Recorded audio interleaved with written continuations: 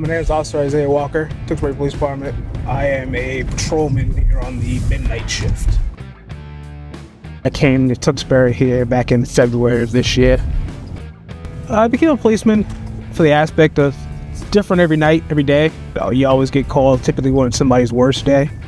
And depending on the outcome, you can make that day better. It's nice knowing that you are a part of that.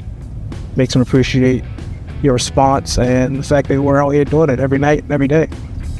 Me being here in this town, it's nice to be able to show people that, look, we are here for you.